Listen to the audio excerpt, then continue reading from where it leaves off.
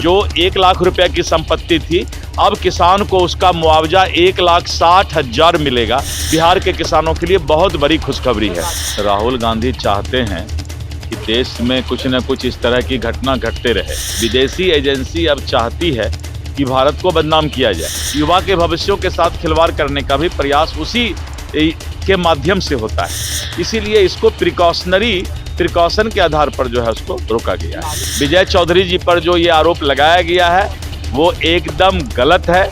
AI के technique से कुछ भी नक्शा बना के दिखा देता है। नमस्कार, लाइव सिटीज देख रहे हैं आप, मैं हूं ताज। देखिए, बिहार सरकार ने बड़ा फैसला ले लिया है। दरअसल किसानों के हित को देखते हुए भूमि अधिग्रहण, जो किसानों की जमीनें आ जाती है, उनका कितना मुआवजा मिलना चाहिए, इसको लेकर बड़ा फैसला लेते हुए आपको बता दें कि बिहार के भूमि राजस्व सुधार विभाग के मंत्री दिलीप जायसवाल ने क्लियर कर दिया है कि किसान जिसका जमीन जो है, अभी आपने जाना है बिहार में 11 सैटेलाइट टाउनशिप योजना भी है और उसमें कई लोगों के जमीन आएंगे, तो उन्हें कितना मुआवजा मिलेगा, ये खुद सुन लीजिए कि दिलीप जायसवाल क्या कुछ कह रहे हैं इस मुद्दे पर। गांधी ने ट्वीट किया है सर, और टेलीग्राम बैन होने पर उन्होंने कहा है कि यही वो सरकार है जो पीड़िता के दरवाजे पे ही ताला लगा रही है, न कि अपराधियों पर नकेल कस रही है। देखिए, ऐसा है, राहुल गांधी चाहते हैं कि देश में कुछ न कुछ इस तरह की घटना घटते रहे।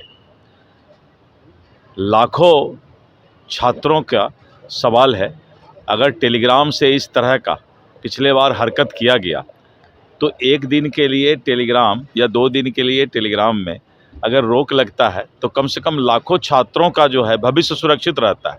विदेशी एजेंसी अब चाहती है कि भारत को बदनाम किया जाए, और जितने आप व्हाट्सएप देख रहे हैं, इंस्टाग्राम देख रहे हैं, फेसबुक देख रहे हैं, टेलीग्राम देख रहे हैं, ये सारी विदेशी एजेंसियां हैं जो भारत में दुष्प्रचार भी करती है और भारत के साथ युवा के भविष्यों के साथ खिलवाड़ करने का भी प्रयास उसी के माध्यम से होता है।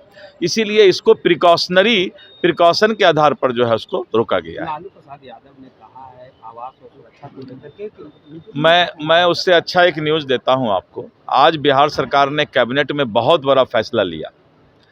जो बिहार के ज़मीन का सर्किल रेट है, किसानों को जब भूमि अधिग्रहण 11 सैटेलाइट टाउन बनना है पूरे बिहार के अंदर, और इसके साथ साथ करीब 30,000 करोड़ रुपया का भारत सरकार नेशनल हाईवे, मॉर्थ, रेलवे और आरसीडी, पीडब्ल्यूडी जो पथ निर्माण विभाग है, 30,000 करोड़ रुपया का करीब भूमि अधिग्रहण का कार्य चल रहा है किसानों का।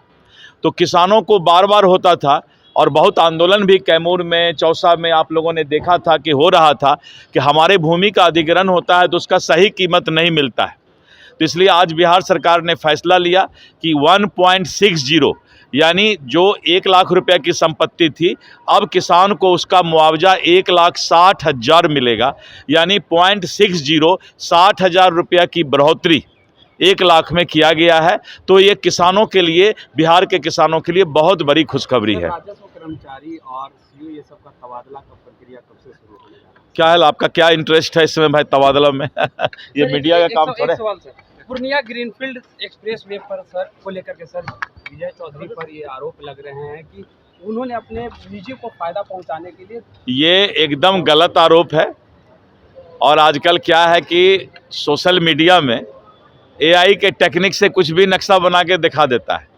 विजय चौधरी जी पर जो ये आरोप लगाया गया है वो एकदम गलत है और एकदम निराधार है। तो आपने सुना कि किस कदर वो कहते हुए नजर आ रहे हैं कि अगर 1 लाख की संपत्ति होगी तो सरकार उसका 1,60,000 रुपया देगी। यानी कि जो भी किसानों के जमीन जो है भूमि अधिग्रहण में आ जाएंगे, उनको मुआवजे के तौर पर 1.60 से मल्टीप्लाई करके उन्हें वो रुपया प्रदान किए जाएंगे। यानी कि भूमि अधिग्रहण को लेकर मुआवजा क्लियर हो गया है कि अब जो भी किसानों के ज़मीन आएंगे, अधिग्रहण कर लिए जाएंगे, उन्हें 1,60,000 की दर से मुआवजा सरकार के तरफ से दिए जाएंगे। बने लाइव सिटीज़ के साथ। अगर आप यूट्यूब पर देख रहे हैं, चैनल को सब्सक्राइब करें, फेसबुक पेज को लाइक करें। धन्यवाद।